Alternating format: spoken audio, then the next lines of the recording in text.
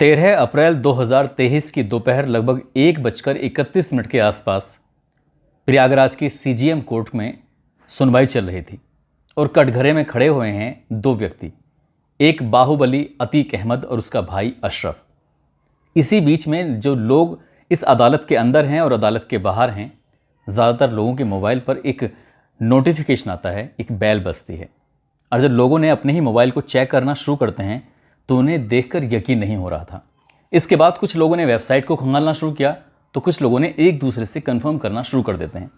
तभी एक व्यक्ति उस अदालत की कार्रवाई से बाहर निकलता है और बाहर निकलने के बाद एक फ़ोन मिलाता है और फ़ोन मिलाने के बाद पूछता है कि ये जो खबर चल रही है सोशल मीडिया पर, इसमें कितने प्रतिशत सच्चाई है।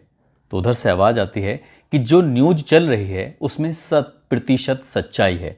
वो व्यक्ति अदालत के बाहर से अंदर आता है। अंदर आने के बाद अतीक अहमद के कान में फूंक मारता है, यानी कि वो बताता है कि एक न्यूज़ है जो सोशल मीडिया पर चल रही है।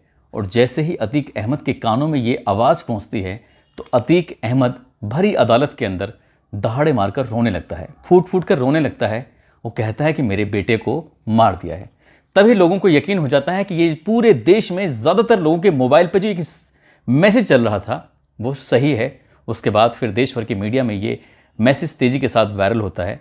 वो व्यक्ति जो लोगों की हत्याएं करता था, जान लिया करता था, वो व्यक्ति जब तक गोलियां मरवाता रहता था, जब तक के सामने वाला मर नहीं जाता था, वो व्यक्ति आज अपने बेटे के मरने पर फूट फूट कर रो रहा था। आज उसके ख़ानदान में, आज उसके परिवार में ये पहली हत्या थी। या तो उसने किसी की हत्या की थी या फिर उसके लिए किसी ने गोलियां खाई थी, लेकिन अतीक अहमद ने कभी गोलियां नहीं खाई थी।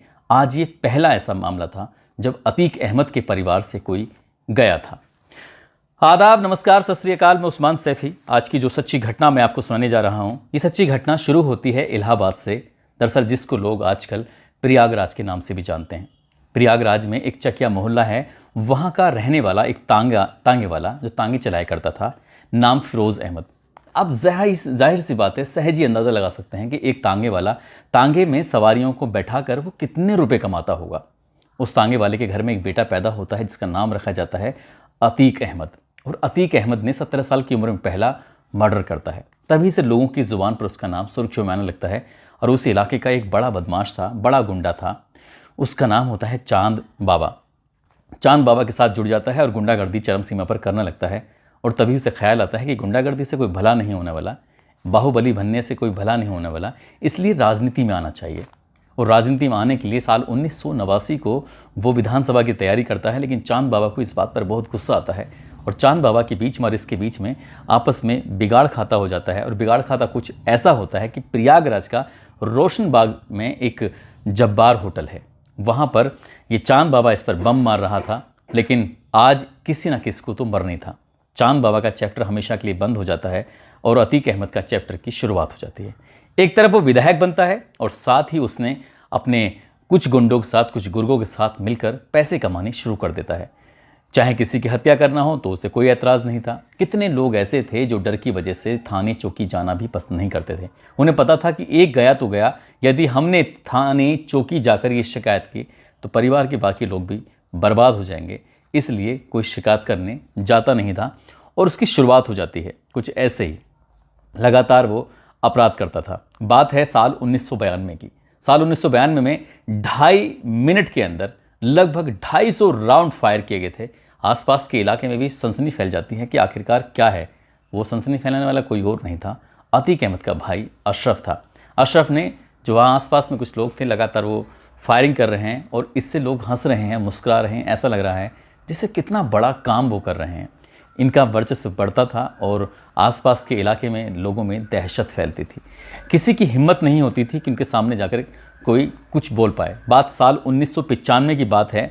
इनका काफ़िला, अतीक अहमद का काफ़िला, उसके भाई, ये सब लोग जा रहे थे उसके गुर्गे। जब जा रहे हैं तो एक व्यक्ति ने कुछ हिम्मत जुटाकर, क्योंकि उसे हो सकता है कि ज़्यादा उसे जल्दी हो, कहीं बाहर जाना हो, अशोक साहू नाम का वो व्यक्ति होता है। अशोक साहू ने इनके काफ़िले को वो ओवरटेक करता हुआ आगे निकल जाता है। और ये बात इसके परिवार को, खासकर इसके भाई अतीक अहमद को बुरी लगती है। अतीक अहमद इस बात पे बुरा मानता है और उसका भाई अशरफ उसको पकड़ लेता है। पकड़ने के बाद उससे पूछता है कि तेरी हिम्मत कैसे हुई हमारी गाड़ियों को ओवरटेक करने की। वो कहता है, साहब मैं जल्दी में था, तभी उसको मारते हैं, पीटते हैं।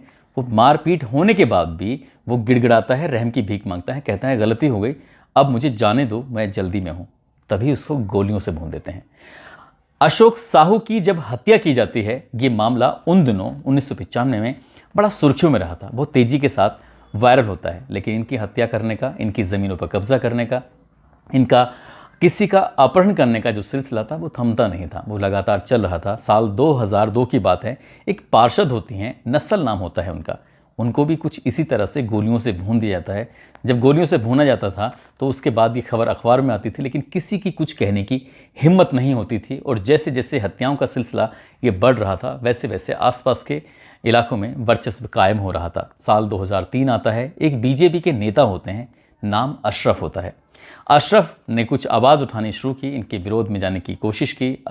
इनके खिलाफ जब आवाज़ उठा रहे थे तो पता चलता है कि अशरफ का चैप्टर भी हमेशा हमेशा के लिए गोलियों से बंद कर दिया जाता है, ख़त्म कर दिया जाता है। जब अशरफ भी मारा जाता है, जब इन्हें लगता है कि ये अपनों को भी नहीं छोड़ते हैं। हालांकि जब ये गोलियां चलाई जाती थीं तो गोलियां या तो सामने वालों को लगती थीं या और दूसरी साइड में अतीक अहमद की साइड में लगती थीं, तो इनके पाले हुए बहुत सारे ऐसे गुर्गे थे जो कम पैसों में, सिर्फ खाने पीने में या पैसों से वो लोगों की गोलियां खाते थे और इसके परिवार को कभी आंच नहीं आने देते थे। ऐसे ही वक्त आगे बढ़ता है और वक्त आगे बढ़ने के बाद लगातार 5 बार विधायक रहने के बाद अतीक अहमद का मन किया कि उसे फूलपुर से सांसद बनना है, इसलिए वो सांसद बन जाता है। और अतीक अहमद का मन करता है कि जो उसका भाई है अशरफ, उसको विधायक बना देते हैं। पश्चिम एक सीट होती है इलाहाबाद की, लेकिन वहाँ से इन्हीं का एक साथी होता है जो इनसे रुष्ट हो जाता है, नाराज़ हो जाता है, नाम राजूपाल होता है। वो पश्चिम की सीट से विधानसभा के इलेक्शन लड़ता है, इलेक्शन जीत जाता है और ये बात अतीक अहमद को बहुत ज़्यादा ख़राब लगती है।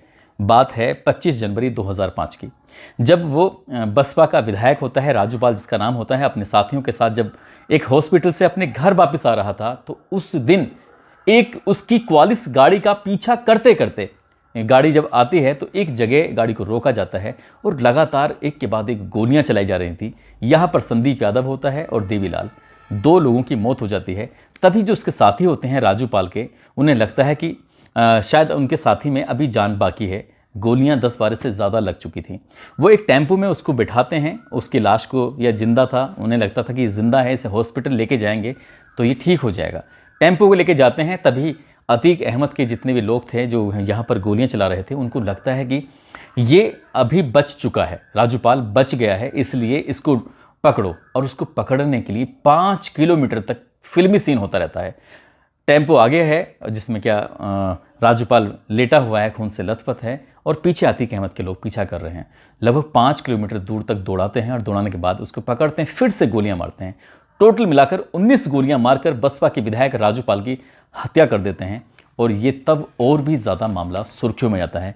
किसी विधायक की हत्या करना अपने आप में बड़ी बात होती है, लेकिन इनका जो एक तांगे वाले का बेटा जो बहुत गरीब परिवार का होता है, विधायक बनने के बाद लगातार अपने पैसे का जो वर्चस्व था लगातार बढ़ता रहता है। वर्चस्व भी बढ़ता है, पैसा भी बढ़ता है, शान शौकत भी बढ़ती हैं, सब चीज़ बढ़ती हैं, शादी होती है और फिर बच्चे भी पैदा होने शुरू हो जाते हैं। 1 2 नहीं, 5 बच्चे पैदा होते हैं इस अतीक अहमद को। लेकिन इसका जो सिलसिला था बात मैं करूँगा, साल 2015 की है, 25 अक्टूबर का दिन था। एक आबिद प्रधान होते हैं और आबिद प्रधान का ड्राइवर होता है सुरजीत और अलकमा, इनका एक साथी होता है अलकमा। इनको भी गोलियों से वैसे ही भून दिया जाता है जैसे कि बसपा के विधायक को भूना गया था, जैसे कि पार्षद नस्ल को भूना गया था, जैसे कि उसने 17 साल की उम्र में पहला मर्डर किया था। अगस्त 2015 की ये बात है। लखनऊ का पीजीआई के पास एक सुशील गुरनानी नाम का एक बिजनेसमैन होता है। वो अपने प्लॉट का निर्माण करवा रहा था। वो निर्माण करा रहा था, लगभग 30-40 लोगों के साथ अतीक अहमद पहुंच जाता है। उसके हर किसी के हाथ में हथियार होते हैं और उससे जाकर कहता है, उसके होटल में बातचीत चल रही थी कि सुशील जी, ये जो प्लॉट है जिसका आप निर्माण करा रहे हैं, ये अब तक आपका था, अब से आगे हमारा हो गया है, इसलिए अब इधर को ताका झांकी करने की कोशिश मत करना। यदि तुमने ताका झांकी करने की कोशिश की तो अंजाम अच्छा नहीं होगा। प्रदेश के मुख्यमंत्री हैं अखिलेश यादव, चाहे तो उनके पास पहुंच जाओ, इसलिए होने वाला कुछ है नहीं, और तुम पीछे हट जाओ तो ज़्यादा बेहतर रहेगा। लेकिन उस सुशील ने हिम्मत नहीं हारी और वो सुशील पहुंच जाते हैं प्रदेश के बड़े बड़े अधिकारियों के पास। तब वहाँ से थोड़ी राहत मिलती है, लेकिन प्लॉट फिर भी नहीं मिलता और प्लॉट वो न्यायालय में जाकर विवादों में फंसा दिया जाता है। आज तक वो प्लॉट पर सुशील कभी कब्जा नहीं कर पाए, उनका बस मामला ऐसे ही चलता रहा। बात है साल 2018 की, 29 दिसंबर की बात है। रियल एस्टेट कारोबारी होता है मोहित जायसवाल, और मोहित जायसवाल लखनऊ का एक बड़ा कारोबारी होता है। लखनऊ के कारोबारी का अपहरण कर लिया जाता है। जब उसका अपहरण होता है तो अपहरण करने वाला कोई और नहीं था, अतीक अहमद का बेटा होता है, जो सबसे बड़ा बेटा है, जिसका नाम है मोहम्मद उमर, और उसका दूसरा बेटा होता है मोहम्मद अली। ये इसका अपहरण करते हैं। अपहरण करने के बाद देवरिया की जेल में लेके जाते हैं। देवरिया की जेल में ले जाने के बाद उसको वहाँ पीटते हैं। पीटने के बाद लगभग 40 करोड़ रुपए की संपत्ति पे सिग्नेचर कराते हैं। उसके पास एक SUV कार होती है, उस पर भी कब्जा कर लेते हैं। और जब वो शिकायत करने पहुँचता है तो लोगों को यकीन नहीं होता, लेकिन जेल में पिटाई का वो वीडियो सोशल मीडिया पर वायरल होता है। तब अतीक अहमद की गुंडागर्दी का लोगों को पता चलता है कि अतीक अहमद साल 2018 में भी कमज़ोर नहीं है, भले चाहे उत्तर प्रदेश के अंदर योगी आदित्यनाथ की सरकार क्यों ना हो। ये सब चलता रहता है और ऐसे ही इसकी गुंडागर्दी या इसकी जो वर्चस्व था अपने बढ़ाने के लिए लगातार चल रहा था। इस बीच में हालांकि मायावती की सरकार जो पहले रही थी तो काफ़ी इसकी संपत्तियों को नुकसान पहुँचाया गया, क्योंकि इसको गिरफ्तार करने की जब कोशिश की जा रही थी, गिरफ्तार नहीं हो रहा था, तब उसकी कुर्की कार्रवाई होती है। तभी दिल्ली में सरेंडर करता है। सरेंडर करने के बाद इसको गिरफ्तार किया जाता है। गिरफ्तार करने के बाद इसको यूपी की जेल में रखा जाता है, लेकिन यहाँ से इसको सीधा गुजरात के साबरमती जेल में रखा जाता है। वहाँ रखने के बाद भी इसका गुंडागर्दी का आलम कम नहीं हो रहा था। इसने 44 सेकंड का एक वीडियो था जो सोशल मीडिया पर बहुत तेज़ी के साथ वायरल होता है 24 फरवरी 2023 को, और वो वीडियो होता है धूमनगंज इलाके का। एक वकील होते हैं जिनका नाम होता है उमेश पाल। उमेश पाल राज्यपाल के जो विधायक होते हैं, जिनका 2005 में मर्डर होता है, उनके बड़े खास दोस्त होते हैं। और बताया जाता है कि वो राज्यपाल हत्याकांड के गवाह भी होते हैं, मुख्य गवाह होते हैं।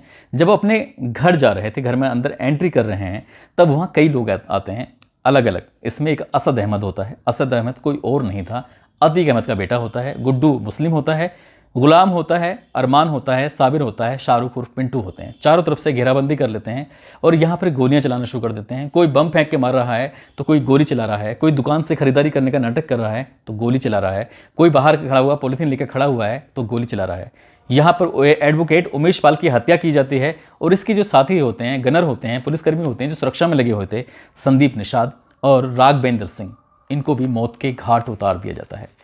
यहाँ मौत के घाट उतारने के बाद अभी तक मैंने ये सब कहानी आपको इसलिए सुनाई है कि हत्याएं तो पहले भी बहुत सारी हुई हैं। 101 मुकदमे इस पर दर्ज हो जाते हैं और कितने ही लोग ऐसे हैं जो सामने भी नहीं आ पाते। हत्या होने के बाद भी, उनकी फिरौती या अपहरण होने के बाद भी, बहुत सारे उनके साथ अपराध होने के बाद भी, उनकी ज़मीनों पर कब्जा होने के बाद भी। लेकिन बात थी यहाँ 2 पुलिस वालों की हत्याएँ होती हैं। 24 फरवरी 2023 को एक पुलिस वाला होता है संदीप निषाद, दूसरा पुलिस वाला होता है राघवेंद्र सिंह। क्योंकि हत्याएं तो पहले भी होती रही हैं, विधायक की भी हत्या हुई थी, अभी तक तो उस वाले मामले में कुछ हुआ नहीं। लेकिन जब बात पुलिस पर आती है तब पुलिस की नींद टूटती है और ऐसे बदमाशों की, ऐसे गुंडों की, ऐसे बाहुबलियों की कमर टूटनी शुरू हो जाती है। और 13 अप्रैल 2023 को जब CGM कोर्ट प्रयागराज में कार्रवाई चल रही थी अदालत की, तो उसी बीच झांसी से खबर चल रही थी कि अतीक अहमद का जो बेटा होता है 3रे नंबर का, क्योंकि उसके 2 बेटे होते हैं बड़े बड़े, मोहम्मद उमर जो जेल में है लखनऊ की, मोहम्मद अली जो जेल में है, असद जो कि उमेश पाल हत्याकांड का प्रमुख होता है, उसका फोटो, उसका जो चेहरा होता है वो सोशल मीडिया पर बहुत ज़्यादा तैर रहा था। तब जाके पुलिस की आंखें खुलती हैं, पुलिस वालों की हत्या होती है, साथ ही उमेश पाल की हत्या होती है। उसको लगातार ढूंढने की कोशिश कर रहे थे। बताया जाता है कि 44 या 45वें दिन में जाकर आखिरकार पुलिस, यानी कि STF उत्तर प्रदेश, उसको तलाश कर लेती है। तलाश करने के बाद उसको रोकने की कोशिश कर रही थी, कह रही थी कि तुम अपने आप को सरेंडर कर दो, अपने आप को पुलिस के हवाले कर दो, लेकिन वो उस पर गोली चला देता है। और जब गोली चलाता है पुलिस के ऊपर तो पुलिस जवाबी कार्रवाई में उसको मार डालती है। वो अकेले नहीं मरता बल्कि गुलाम भी मारा जाता है, जो शार्प शूटर होता है, जो इस दिन यानी कि 24 फरवरी को जब ये उमेश पाल की हत्या होती है तो उसमें लगातार वो गोलियाँ चला रहा था। इसके 2 बेटे और होते हैं, जो 4थे नंबर और 5वें नंबर, 4थे नंबर का अजहम नाम होता है और 5वें नंबर का बेटे का नाम होता है अवान, जो कि जेल में है। 3 मार्च 2023 को इनको भी गिरफ्तार कर लिया जाता है। बताया जाता है कि उमेश पाल की हत्याकांड में उनका भी नाम शामिल होता है। जिसकी पत्नी होती है शाइस्ता परवीन, इस पर 50,000 का इनाम घोषित है, लेकिन वो अभी फरार चल रही है। साथ ही इसकी बहन है आयशा नूरी, वो भी फरार चल रही है। भाई अशरफ है जो कि जेल में बंद है, हालांकि फ़िलहाल वो रिमांड पर है। लेकिन जो छोटे बच्चे हैं उनको रखा गया था बाल संरक्षण गृह में, क्योंकि वो उनकी उम्र अभी 18 साल कंप्लीट नहीं हुई है। ये बात मैंने इसलिए बताने की भी आपको कोशिश की थी, जब पिछले दिनों कानपुर के बिकरू में कई पुलिस वालों की हत्या हो जाती है तो पुलिस वाले फिर अपने ही साथियों की हत्या का बदला लेने के लिए गाड़ी को पलट देते हैं। गाड़ी पलटती है और उसमें बिक्रूकांड का मुख्य जो आरोपी होता है वो मारा जाता है, विकास दुबे। ऐसे ही ये मामला चल रहा है तो इसमें भी, लेकिन पुलिस को उतने ही मामले और भी मामलों में गंभीरता से लेना चाहिए जैसे और अन्य लोगों के साथ अपराध होता है। कहीं भी छोटी सी जगह, आप किसी भी शहर में क्यों ना रहते हो, आप किसी जगह में क्यों ना रहते हो, आसपास में कोई ना कोई गुंडा होता ही है।